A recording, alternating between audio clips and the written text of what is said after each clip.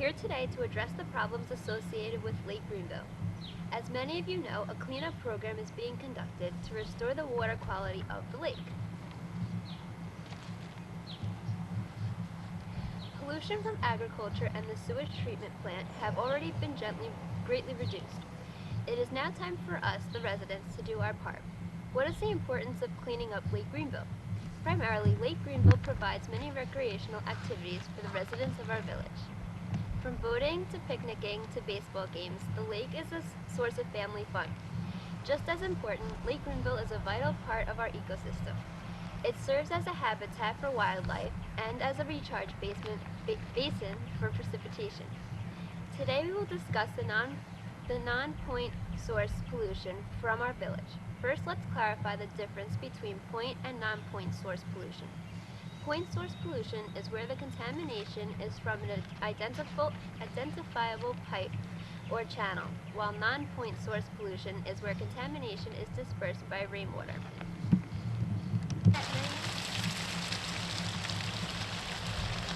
It's difficult to determine the exact source of combination of sources. Non-point source pollution is the single largest contributor to water quality problems.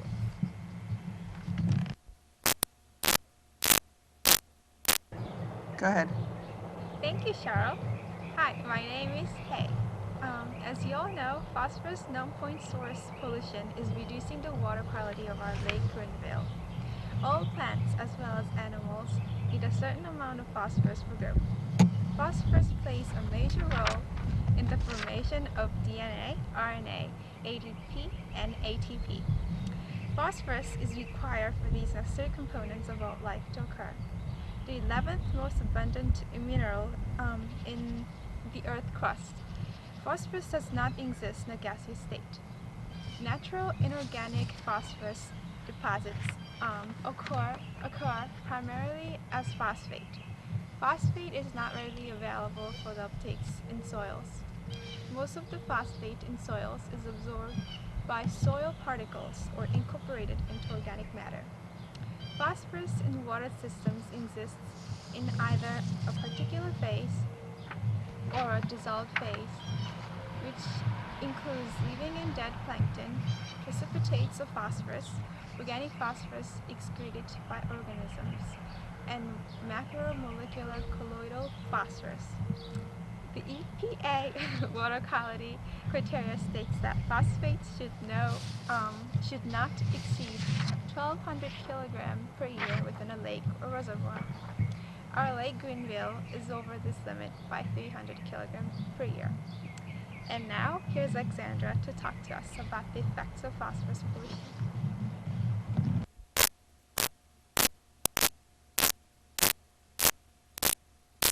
Hi, I'm Alexandra.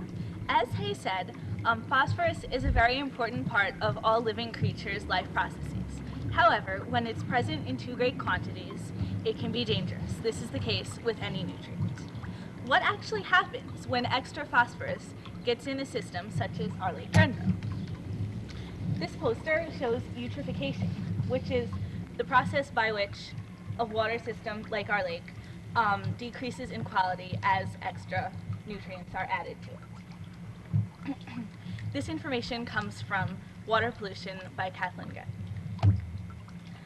The first picture here shows a lake like Lake Greenville, in which there are fish that are healthy, oxygen is present, and there are algae and plants in the lake in a proper balance. People can use the lake for recreation, and it's a beautiful system. When excess nutrients are added, here the phosphate ion, PO4 3-, which is what is present in too large quantities in our lake. First, algae and weeds begin to flourish. This is because the phosphate ion is important in plants' life processes, and it will cause the algae and weeds to grow more prolifically. This causes eventually an odor and a bad taste to develop in the water. Because of the large quantities of algae on the surface, aeration and navigation become more difficult. This can make the use of the lake for recreation not as pleasant as it would be. Also, the treatment of water in the lake becomes more expensive because more pollutants have to be removed for the water to be safe for people to drink. Dead organisms on the bottom of the lake stimulate the breakdown process that uses oxygen. This results in a decrease in the concentration of dissolved oxygen. And as oxygen is consumed, it fluctuates more rapidly as plants respirate differently during the night and the day. This will eventually lead to so much oxygen depletion that fish cannot survive. Here's the lake with less oxygen and no fish remaining. Other organisms will eventually die also. Algae on the surface will eventually shade the bottom of the lake to the point where photosynthesis is blocked, and algae and other plants growing on the bottom of the lake will die. The lack of oxygen will cause cyanobacteria to flourish. These are bacteria that respirate without oxygen, and their respiration will emit toxins that are harmful to plants, animals, and people in the region. I know that all of you do not want this to happen to our lake. How can we prevent this? Well, Christine will soon be here and tell you why. My name is Christine. According to Water Resources Management, Principles, Regulations, and Cases by Neil S. Grigg, there are 6 main types of pollutants that can greatly reduce water quality if they mix with runoff or seep into the ground. These include sediments, animal waste, pesticides, salt, mostly applied on roads, manufactured toxic waste, such as oil, paints, and antifreeze, and nutrients, including phosphorus. The question here today is how can we limit the input of phosphorus into our Lake Greenville? Phosphorus is used as one of the main ingredients in fertilizers, like the one we have here.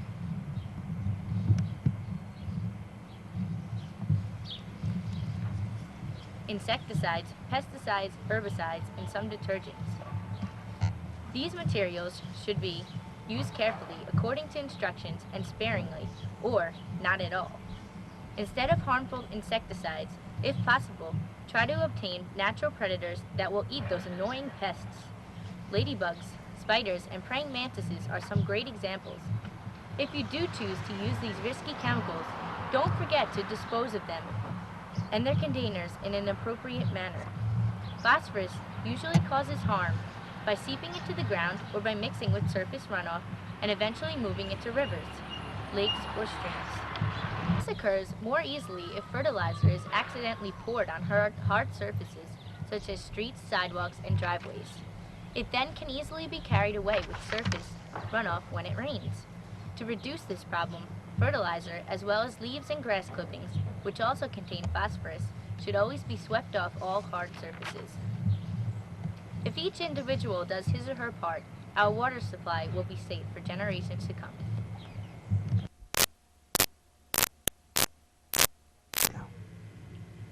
Thanks, Cheryl, Hay, Alexandra, and Christine.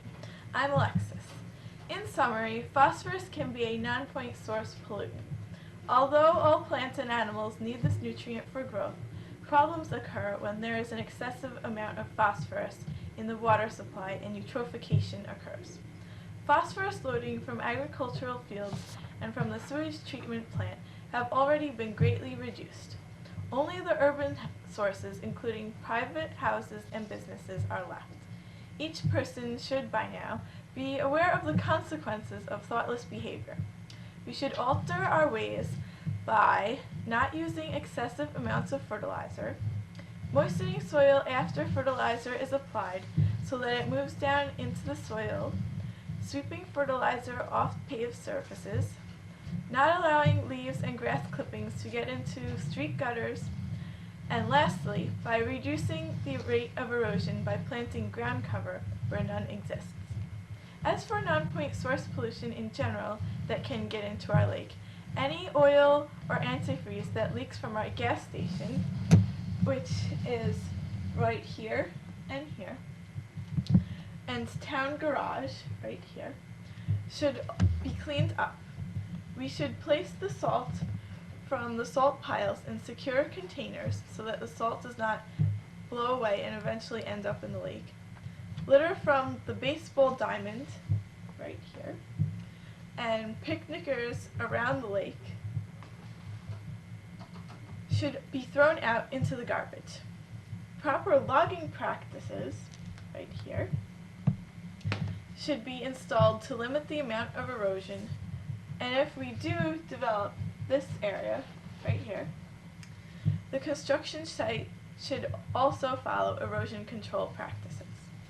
If anyone would like to know more details, we have a list of agencies here that you can contact. The National Water Resources Association is a nonprofit federation of state organizations concerned with the management, conservation, and use of water and natural resources on a national scale. The United States Fish and Wildlife Service's goal is to conserve, protect, and enhance fish, wildlife, and plants and their habitats for the continuing benefit of all Americans. The Natural Resources Conservation Service is a federal agency that works in partnership with the American people to conserve and sustain our natural resources. The American Water Resources Association holds many conferences and distributes publications containing technical information on water resources.